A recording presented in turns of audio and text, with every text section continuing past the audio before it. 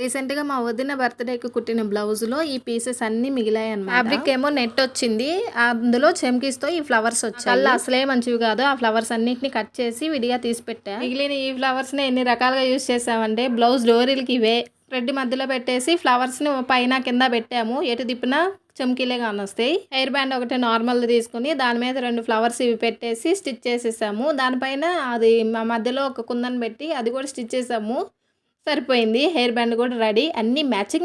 మా వదిన copy paste ఏం చేసింది తెలుసా? నేను హెయిర్ బ్యాండ్‌కి పెట్టానని ఒక టిప్ టాప్ తీసుకొని దానికి అతికిచ్చింది దాన్ని. లెహంగాకి టెజల్స్ నేను భారీగా ప్లాన్ చేస్తే మా వదిన అవన్నీ వద్దు నాకు ఇవే కావాలని చెప్పి ఈ ఫ్లవర్సే ఏపించుకుంది. ఈ రోజుల్లో మ్యాచింగ్ కావాలంటే బయటికి పోయి కొనక్కర్లేదు. మనకున్న క్లాత్‌లోనే మనం స్టిచ్ చేసుకున్న క్లాత్‌లోనే రబ్బర్ బ్యాండ్ చేసుకోవచ్చు, హెయిర్ పిన్ చేసుకోవచ్చు, అన్నీ చేసుకోవచ్చు. కొంచెం బుర్ర ఉపయోగించాలి. అర్ధరాత్రి మధ్యలో దర్వని ఇవన్నీ మేము మిడ్‌నైట్ చేసాము దెయ్యాల్లాగా. మీకు ఎలా అనిపించిందో కామెంట్ చేయండి. యూజ్ అవుతుంది అనుకుంటే షేర్ చేసేయండి. బాయ్.